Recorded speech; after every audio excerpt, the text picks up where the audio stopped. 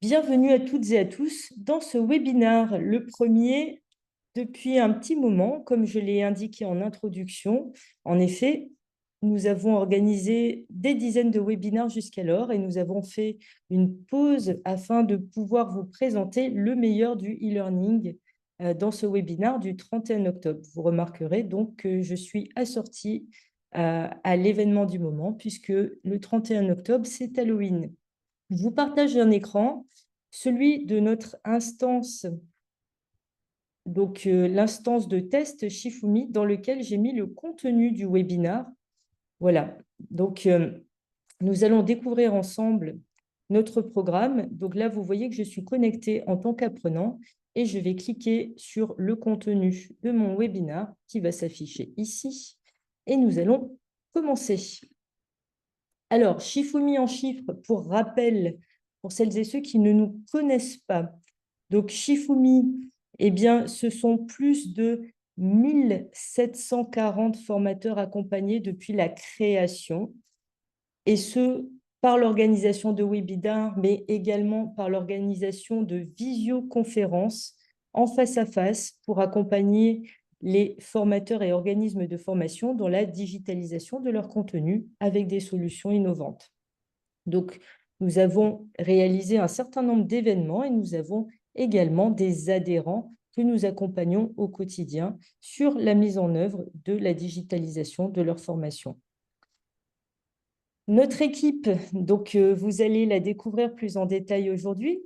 Il y a Jonathan parmi nous, moi-même et surtout nos formateurs virtuels, parmi lesquels Chibou. On va vous présenter 3 de nos formateurs virtuels et Chibou en fait partie. C'est un renard, il est orange et il est assorti à notre charte graphique comme aux citrouilles d'Halloween. Ça tombe bien, c'est l'événement du jour. Alors, donc, le e-learning, nous, ça fait quelques années maintenant que nous consacrons notre activité à la digitalisation de contenu et également à l'outillage des organismes de formation et des formateurs pour la digitalisation de leur contenu. Donc, en effet, c'est notre credo, le e-learning. Pour notre part, avec Jonathan, donc, nous œuvrons sur ce sujet depuis plus de 15 ans et Shifumi n'a que 5 ans, mais le sujet nous tient à cœur depuis quelques années déjà. Nous avons commencé avec des e-learning qui étaient des solutions beaucoup plus simples que celles que nous proposons aujourd'hui, qui étaient des solutions maison également et qui nous permettaient d'adresser des contenus aux personnes que nous voyions à l'époque partiellement en distanciel. On était dans l'hybridation plus que dans le e-learning en full asynchrone. Alors, je ne sais pas si ce sont des termes avec lesquels vous êtes familier, synchrone, asynchrone. Synchrone, c'est ce que nous faisons aujourd'hui en face à face. Le formateur, ou du moins l'interlocuteur, est face à ses bénéficiaires en temps réel. Et asynchrone, c'est lorsqu'on met à disposition du contenu sur une plateforme, pourquoi pas une plateforme de e-learning, et que le bénéficiaire prend connaissance de son contenu de manière décalée par rapport à son dépôt en ligne. Donc, le formateur n'est pas face au bénéficiaire à ce moment-là. Alors, le programme du jour, donc quelques nouvelles. Donc, celles et ceux qui sont certifiés Calliope, ça va vous permettre de mettre à jour votre veille, indicateur 23, 24, 25 du référentiel. Pour les autres, ça vous donnera quelques informations sur l'actualité du moment. Ensuite, on va procéder à une petite démonstration de nos formateurs virtuels. On va parler également du bilan de compétences sur étagère, puisque c'est une nouveauté que nous proposons à partir de maintenant. Également, nous allons parler de l'affiliation. C'est un sujet sur lequel vous nous attendez depuis quelques mois et nous avons mis en place un process pour l'affiliation. Donc, ça existe désormais. Et ensuite, on fera un petit point sur la culture IA. Donc, tout ceci nous amènera à 13h50, 14h maximum, puisque on a décidé de faire un webinaire plus ramassé que d'habitude, donc 1 heure maximum. Alors, actualité en formation. Donc, pour celles et ceux qui font de la veille, vous avez certainement remarqué qu'il y avait eu pas mal de changements. Donc, outre ces dernières années qui ont marqué le secteur de la formation avec des changements qui sont majeurs, avec la mise en place d'une certification, le DIF qui s'est transformé en CPF, le domaine de la formation qu'on a qualifié d'ubérisation de la formation. La formation s'est transformée en ayant une manière de fonctionner qui est un petit peu plus B2C qu'auparavant. Alors, dans l'actualité récente, on a vu que le référentiel de certification Calliope avait évolué. Une nouvelle version est arrivée en janvier. Elle a été rendue obligatoire à partir du 8 mars. Donc, c'est la version 9 du référentiel. Vous avez également un décret qui vient de sortir, ça c'est tout nouveau, le 1er octobre, concernant les formateurs qui proposent des formations diplômantes, des titres professionnels inscrits au RNCP. Donc, je vous invite à lire le décret qui vient de sortir parce qu'il modifie en profondeur les habilitations qui sont délivrées aux centres de formation, organismes de formation sur ces sujets. Donc, l'habilitation à former n'est possible que lorsqu'il y a également une habilitation à évaluer. Donc, ça a un petit peu changé et on ne peut plus former sur des blocs de compétences, mais c'est sur la totalité des titres professionnels. Pardon. Donc, vous avez pas mal de changements sur le plan réglementaire. Je vous invite à regarder tout cela en détail si vous êtes concerné. Et par ailleurs, parallèlement donc, à ces changements de fond sur le plan réglementaire, on a regardé, on a constaté cette dernière année un ralentissement dans notre secteur. Donc, il y a une dynamique de création des organismes de formation qui s'est ralentie. Donc, ça, c'est tout nouveau, ce n'était pas le cas. Depuis le Covid, on était sur une dynamique de croissance. On avait largement dépassé les 125 000 organismes de formation en France. Aujourd'hui, on a un ralentissement qui s'opère et également en volume de formation dispensée, notamment via le CPF, on a un ralentissement. C'est dû à deux éléments, notamment l'identité numérique avec France Connect Plus depuis l'année dernière et le reste à charge depuis cette année. Parallèlement à tout ça, vous avez en termes de technologie un monde de la formation qui s'hybride de plus en plus et qui se digitalise de plus en plus. Le e-learning devient de plus en plus courant.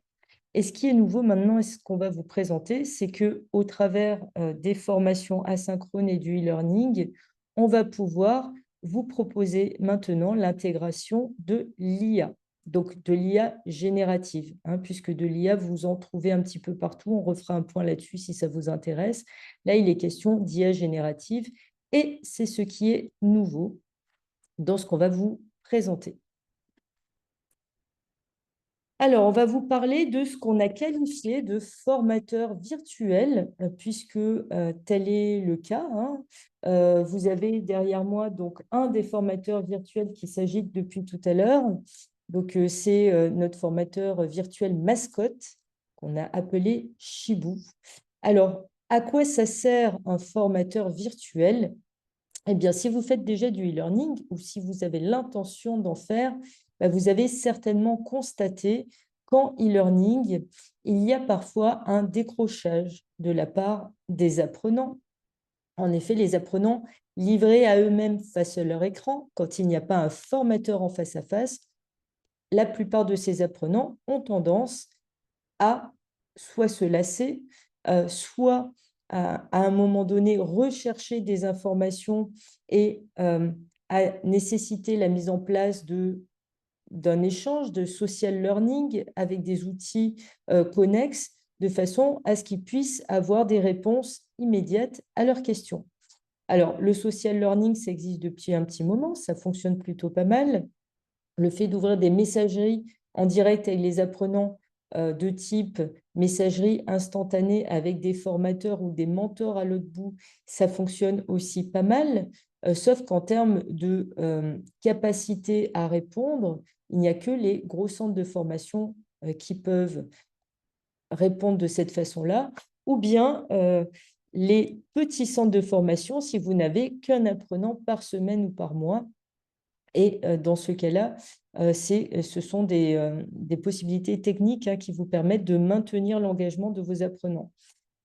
Lorsque vous n'avez pas la possibilité de fonctionner de cette façon-là, de façon synchrone, soit parce que les apprenants se connectent en dehors de leurs heures de travail, parce qu'ils vont faire cette formation en plus de leur activité quotidienne, soit parce que vous avez un volume d'apprenants ou des activités qui ne vous permettent pas de répondre en permanence de façon synchrone à vos apprenants, eh bien à ce moment-là, vous avez la possibilité de mettre en place des outils de type formateur virtuel. C'est-à-dire que de la même manière que vous, le formateur virtuel va pouvoir répondre à l'apprenant en temps réel sur le contenu de la formation.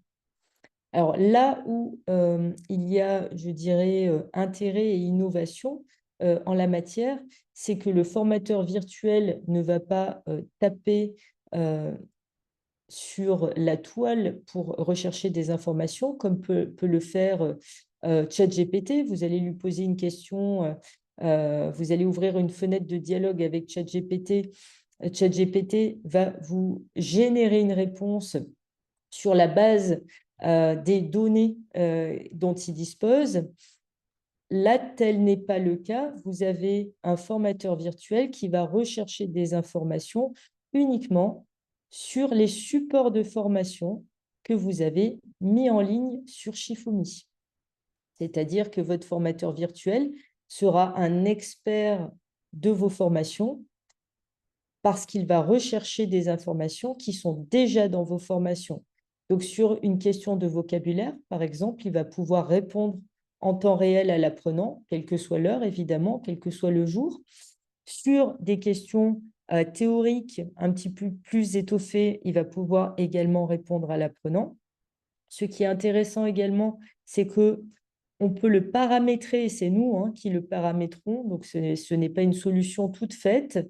En fait, on paramètre le formateur virtuel de manière à ce qu'il puisse également répondre, si tel est votre besoin, sur les modalités de fonctionnement de votre organisme de formation, sur les modalités éventuelles de passage de vos examens devant un jury, vos certifications, par exemple, vos diplômes, si vous en délivrez. Vous pouvez le former, vous pouvez lui donner du contenu sur tous les éléments que vous souhaitez qu'il dispense à vos apprenants. Vous pouvez également le paramétrer pour qu'il réponde uniquement dans certains cas et qu'il invite l'apprenant à vous contacter dans d'autres cas.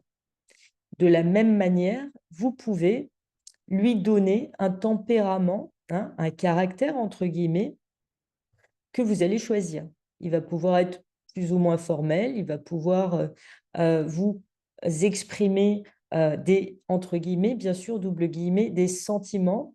Donc, c'est à vous de définir avec nous, c'est-à-dire en fonction de votre besoin, nous allons pouvoir créer un formateur virtuel qui peut délivrer des informations en rapport avec votre formation et d'une manière particulière.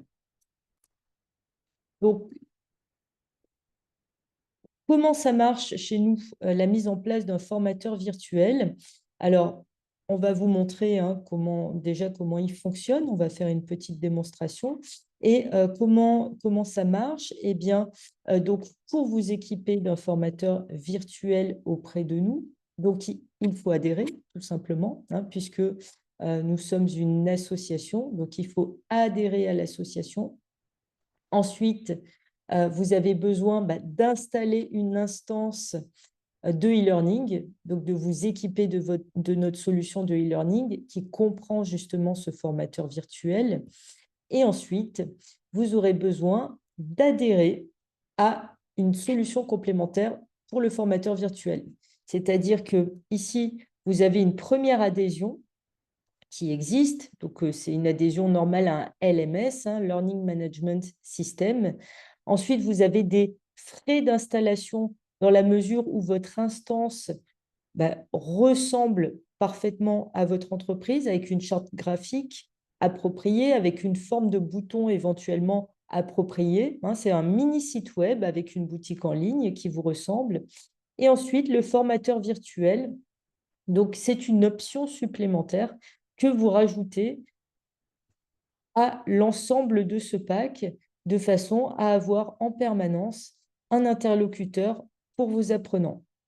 Alors, pourquoi y a-t-il une part variable pour le formateur virtuel? Eh bien, c'est tout simplement parce qu'on a procédé de la même manière que les modèles de langage le font, on a procédé à la mise en place d'un système de forfait, puisque ça a un coût de solliciter un formateur virtuel.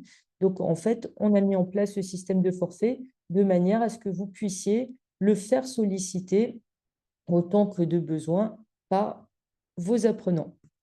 Alors, je vais cesser ce partage d'écran-là et je vais partager un autre écran pour vous montrer à quoi ressemblent les formateurs virtuels. Si vous avez des questions, n'hésitez pas, vous pouvez m'interrompre le temps que je fasse le nouveau partage d'écran. N'hésitez pas à me solliciter. Alors, je vais vous partager une instance sur laquelle nous avons déployé les formateurs virtuels. Donc, pour le moment, nous en avons 3. Ils ont tous les 3 des connaissances qui leur sont propres et ils ont tous les 3 un tempérament qui leur est propre. Alors, on va commencer par ceci. Donc, là, vous avez un catalogue de formation Shifumi. Donc, c'est ce que je vous disais tout à l'heure.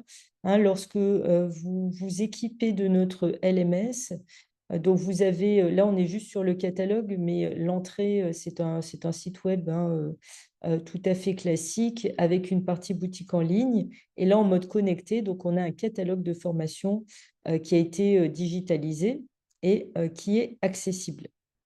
Voilà. Donc, nous allons rechercher les 3 formateurs sur lesquels nous avons les 3 formations sur lesquelles nous avons un formateur virtuel. Donc, je vais vous présenter tout d'abord, hop, voilà, on va vous présenter Annabelle pour commencer. Donc, Annabelle, formatrice virtuelle en IA. Donc, elle se présente ici. C'est une fenêtre. Bon, vous avez la présentation d'Annabelle. C'est une fenêtre de chat tout à fait classique qui s'affiche ici. Et on va pouvoir lui poser des questions. Donc, Annabelle est présente. Voilà. Bonjour. Si j'écris n'importe quoi, ça ne va pas fonctionner. Bonjour, Annabelle. Peux-tu me donner la définition du machine learning, par exemple, puisqu'elle est formatrice en intelligence artificielle. Voilà, donc elle va répondre naturellement sur ce qui concerne sa formation. Voilà, donc tout ce qui est indiqué dans le corpus de la formation, elle va pouvoir le délivrer. Je vais vous présenter rapidement et puis après on fera une expérience un petit peu plus longue si vous le souhaitez. Je vais vous présenter également Arthur. Donc Arthur qui est formateur sur la partie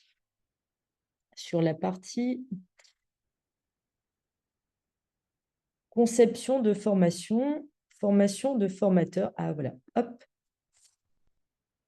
Alors, donc Arthur est ici. On va rentrer dans la formation. Vous avez une présentation d'Arthur, donc il est animé dans la vidéo et naturellement, c'est une fenêtre de chat lorsqu'on s'adresse à lui, comme vous avez l'habitude de le faire avec les IA génératives pour lesquelles vous faites des commandes ou des invites ou des prompts sous forme textuelle. Donc, Arthur, voilà, il se présente naturellement. Il est censé être ingénieur pédagogique, hein, je dis censé parce que ça reste une IA, hein, ce n'est pas un ingénieur pédagogique, il est programmé pour l'être. On peut lui demander qu'est-ce que la taxonomie de Bloom, par exemple, pourquoi pas.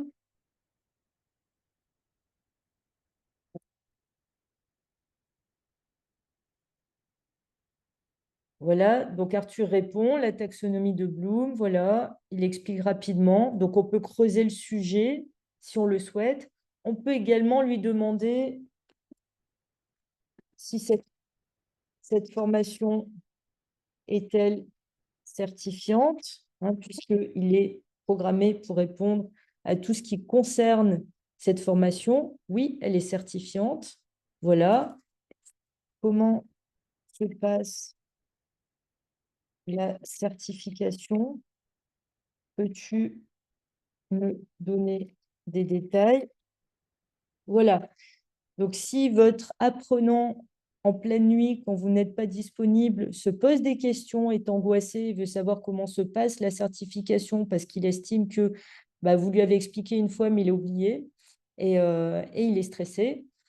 Voilà, là, on vous rappelle qu'il y a réalisation d'un projet professionnel, voilà, qui s'adresse à un public de professionnels, même sur la forme, hein, puis mise en situation professionnelle devant un jury, etc. Et il vous donne également le nombre de points, hein.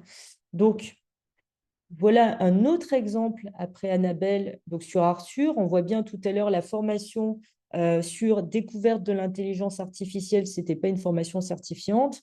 Celle-ci est certifiante et Arthur délivre l'information sur la certification. Dernier exemple de formateur virtuel, donc nous avons notre petit renard, Chibou. Alors, Chibou, il est sur la formation, Community Manager. Voilà. On voit bien qu'il apparaît, le petit renard. Voilà. Et donc, le petit renard, voilà, il s'appelle Chibou. On va lui dire bonjour Chibou. Que penses-tu de TikTok en tant que formateur en community management? Hein, une question que tout le monde se pose. Est-ce que ça vaut le coup de faire TikTok, d'utiliser TikTok en tant que professionnel de la formation? Déjà, il adore TikTok. Donc, on voit lui, il n'est pas formel du tout, hein, par rapport aux deux autres formateurs virtuels qu'on a vus jusqu'à présent. Donc, il met des petits renards, il adore TikTok. Voilà. Et il a une façon de parler qui est un petit peu, je dirais qu'il manie volontiers les exagérations, les hyperboles. Voilà, donc on voit que c'est un enthousiaste, un informel et un enthousiaste par rapport aux deux autres qui, l'un était ingénieur pédagogique et l'autre était plus spécialisé en IA et donc était plus formel, avec un profil très différent. Là, on est sur une formation plus en lien avec la communication et donc on a souhaité doter notre petit renard d'un tempérament un peu différent. Donc voilà pour une courte démonstration de ces trois différents types de formateurs virtuels. Donc, on peut créer autant de types de formateurs virtuels qu'on le souhaite. Et surtout, ce qui est intéressant, c'est que chacun va être nourri par les données du parcours de formation et non pas les données de l'Internet, entre guillemets, hein, je dis ça pour plaisanter, dans son entièreté.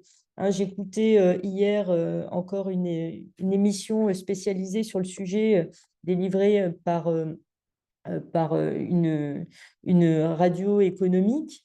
Et on rappelait en effet que ce qui pouvait être intéressant, et c'est ce qu'il est, et c'est comme ça qu'on travaille justement sur nos e-learning, c'est non pas de délivrer des modèles qui vont chercher des informations dans une base de données énorme, dans laquelle, et l'exemple qui était cité m'a beaucoup amusé, dans laquelle il y a la recette de la bouillabaisse, hein, clairement, quand vous demandez une information en community management à un renard sur une formation, il y a énormément de données qui sont contenues par les grands modèles de langage aujourd'hui dont vous n'avez pas l'utilité.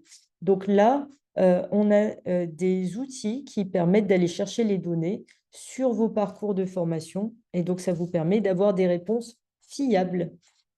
Et là où généralement l'IA est critiquée et qu'on parle d'hallucination, plus vous avez des modèles qui vont chercher des données dans votre base de données et moins vous êtes susceptible d'avoir ce type de réaction, hein, puisque ce sont vos données. Donc on ne peut pas sortir de vos données, on ne peut pas imaginer, hein, générer une réponse qui ne soit pas dans vos données. Donc tout ça se paramètre et c'est ce que nous vous proposons. Voilà pour donc, nos formateurs virtuels. Je vous propose donc de passer à la suite de notre présentation, si vous le voulez bien. On a ensuite un petit moment, hein, pour les questions-réponses. Donc, vous n'avez pas de questions pour le moment. C'est que vous êtes captivé, étonné, intéressé, je ne sais pas. Donc, on verra, voilà, on verra tout à l'heure pour la séquence questions. Donc, nous voulions également vous parler d'une nouveauté que nous avons déployée, les bilans de compétences. Alors, l'un et l'autre sont tout à fait possibles, hein, c'est-à-dire là, on parle de bilan de compétences en ligne. Donc, pourquoi c'est intéressant de faire des bilans de compétences en ligne, partiellement en ligne ou totalement en ligne? Tout simplement parce qu'il y a une grosse partie du travail réalisé pendant les bilans de compétences qui est faite par le bénéficiaire du bilan seul. C'est un moment de réflexion, c'est un moment de travail personnel. Donc, en fait, la plateforme permet à cette personne d'effectuer des tests de personnalité, de remplir des fiches de façon à réfléchir sur son métier rêvé, sur son parcours, sur ses expériences, etc.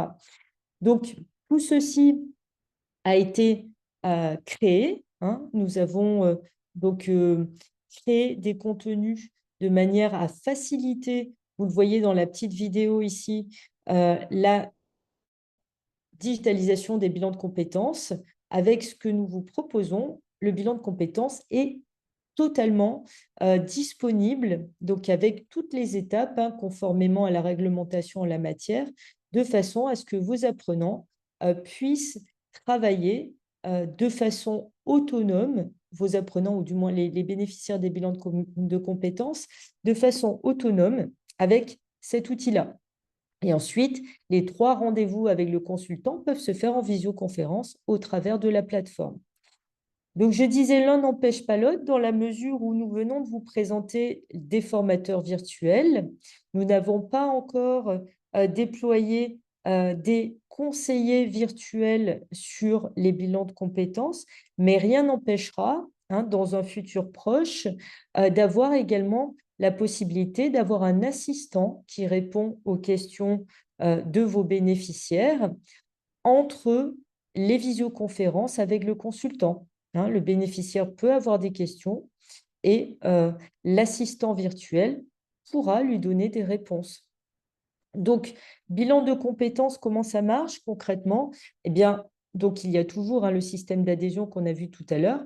Il y a toujours l'installation, en fait, hein, de votre instance. Vous l'avez vu, hein, votre instance donc, ressemble à la charte graphique de votre structure et vous avez une instance en propre, un véritable site Internet. Et ensuite, vous avez l'ajout des bilans de compétences sur étagère. Donc, c'est comme un add-on, entre guillemets, hein, c'est comme une option à ajouter. Voilà. Et ce n'est pas un abonnement. Donc, on l'installe une seule fois sur votre instance de centre de bilan de compétences ou d'organisme de formation. Donc, pour celles et ceux que ça intéresse en particulier, parce que nous sommes conscients que tout le monde ne fait pas des bilans de compétences, hein, c'est quand même je dirais une portion des opérateurs de compétences qui est moindre par rapport aux organismes qui délivrent des actions de formation. Donc, je vous invite à nous contacter de façon à ce qu'on prenne un rendez-vous et qu'on vous fasse la démonstration en ligne de l'ensemble du parcours. Comme ça, vous pourrez voir comment ça marche et vous pourrez, si vous le souhaitez, le tester avec nous en visioconférence. Alors, affiliation, rapidement. Donc, ça fait un petit moment qu'on nous en parlait. Ça fait un petit moment aussi que beaucoup d'entre vous, et nous les remercions, parlent de nous et nous recommandent. Et c'est vrai que ce qu'on disait, outre notre reconnaissance éternelle, on n'avait pas la possibilité véritablement de vous remercier et de vous encourager à le faire. Donc, on a mis, ça y est, c'est effectif en ligne un système d'affiliation. Donc, vous allez pouvoir le tester. Hein, c'est disponible sur notre site internet shifumi.org. Donc, ce système d'affiliation permet eh bien, d'avoir une récompense, entre guillemets, hein, de 10% du montant total de l'adhésion que vous avez provoqué grâce à vos recommandations. Donc, ça représente un minimum de 50 € par adhésion, hein, grâce à vos recommandations.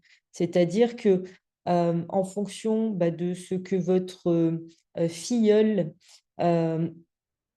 prendra ou choisira comme type de service, eh bien, vous aurez systématiquement au moins 50 €. Si le service est un service qui n'est pas un service de base et qui est un service, par exemple, avec option bilan de compétences, etc., ça sera 10% de l'ensemble de la commande de votre filleul. Voilà, donc vous regarderez, c'est sur le site, vous avez un menu affiliation qui vous permet donc de bénéficier d'un lien qui vous est propre.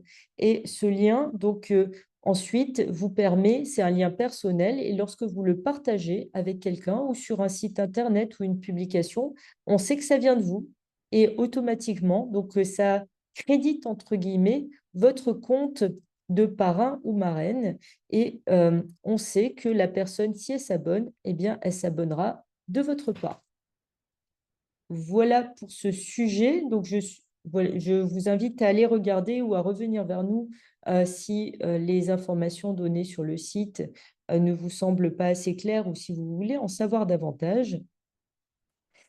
Je préfère que nous consacrions donc le temps qui nous reste à des questions-réponses et ensuite à la présentation de notre dernière partie du webinaire.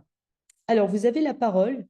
Donc, je vous invite à nous questionner, Jonathan et moi-même, et Chibou, pourquoi pas, qui est en ligne derrière moi. Donc, je vous invite à nous consulter, à nous questionner, à nous interroger sur tout ce qu'on a vu jusqu'à présent, ou même, je dirais, sur d'autres sujets qui vous intéressent par rapport à l'IA, au e-learning, à la formation professionnelle, à ce que vous voulez. La parole est à vous. On se donne une petite dizaine de minutes.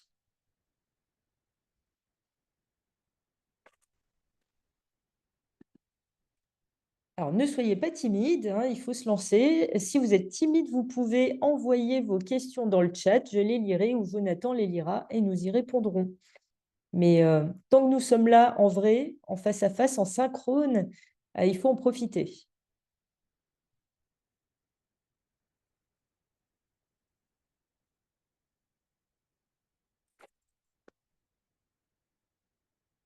Vous êtes bien, bien réservé. Alors, je vois que François, vous avez votre caméra allumée. Alors, j'ai envie de vous questionner. Oui, non, c'était très clair. Vous faites du e-learning actuellement? Oui, on en D'accord. fait un petit peu. On a quelques parcours où on intègre un petit peu de e-learning. On a investi dans une plateforme, dans la plateforme RiseUp, et Mhm. on construit progressivement et on intègre un petit peu plus de modules sur cette plateforme. Très bien. Pour l'instant, on n'a pas intégré l'IA sur nos différents modules digitaux d'ailleurs. Pas encore. D'accord. Mais on y réfléchit sérieusement. Oui, ça permet, ça permet d'adresser différemment les bénéficiaires. Et je trouve que sans remplacer le formateur, parce que tel n'est pas l'objectif, ça permet d'apporter une qualité de service autre. Oui, oui, effectivement. Et puis ça ouvre sur plein d'autres plein d'autres champs des possibles, en fait, qu'on n'a pas forcément intégré aujourd'hui, puisqu'on a quand même plein de constructions un peu archaïques dans la relation pédagogique qui nous bride un petit peu. Donc c'est plutôt intéressant. Nous, on est plutôt dans une réflexion, déjà dans un cadrage un petit peu de l'utilisation de l'IA au sein de nos équipes pédagogiques, avec quelques conseils de bonne pratique ou quelques règles de bonne pratique pour éviter que justement ça parte un petit peu dans tous les sens. Donc on est plutôt en train de réfléchir d'abord à poser un cadre et puis après à laisser nos ingénieurs pédagogiques y aller au sein de ce cadre. Oui, oui, oui. Mais, je pense qu'on travaille dans le domaine de la formation professionnelle ou dans les autres domaines, c'est le préalable.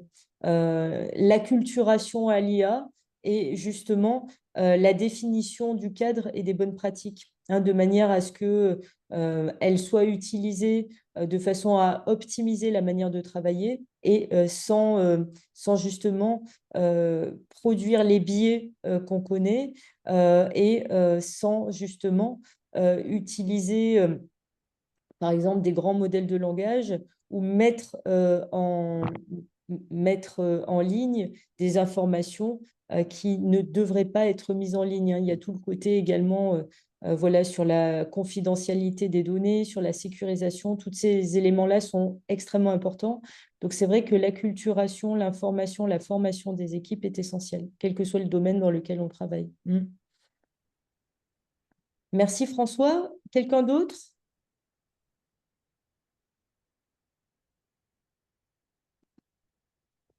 Pas de questions particulières, donc j'imagine que voilà, tout est clair pour vous.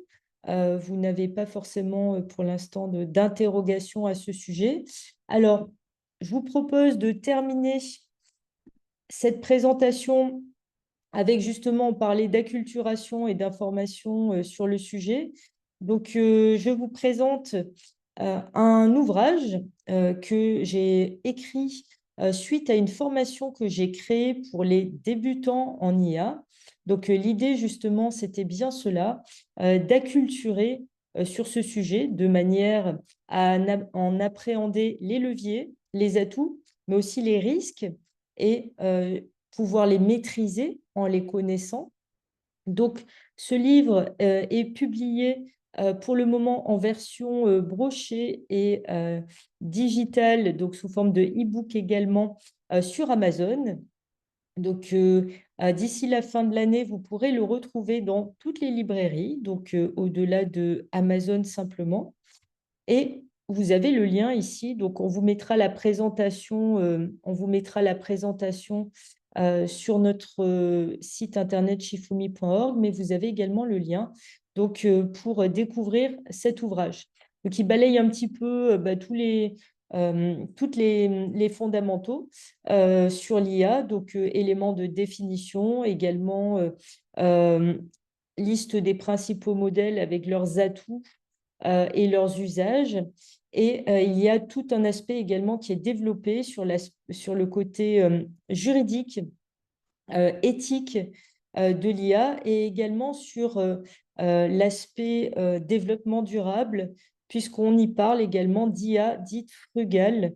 Donc, voilà, j'ai souhaité au travers de ces sujets-là aller un petit peu plus loin que bienvenue dans l'IA, comment on fait un bon prompt. Le sujet n'était pas là. Il y a des éléments sur les modalités de rédaction d'un prompt efficace, une invite ou une commande efficace. Mais l'ouvrage est un petit peu plus vaste que ça, de façon à donner un premier vernis sur le sujet qui aborde un petit peu toutes les thématiques d'actualité, celles qu'on entend du moins en ce moment sur l'intelligence artificielle et en particulier l'intelligence artificielle générative.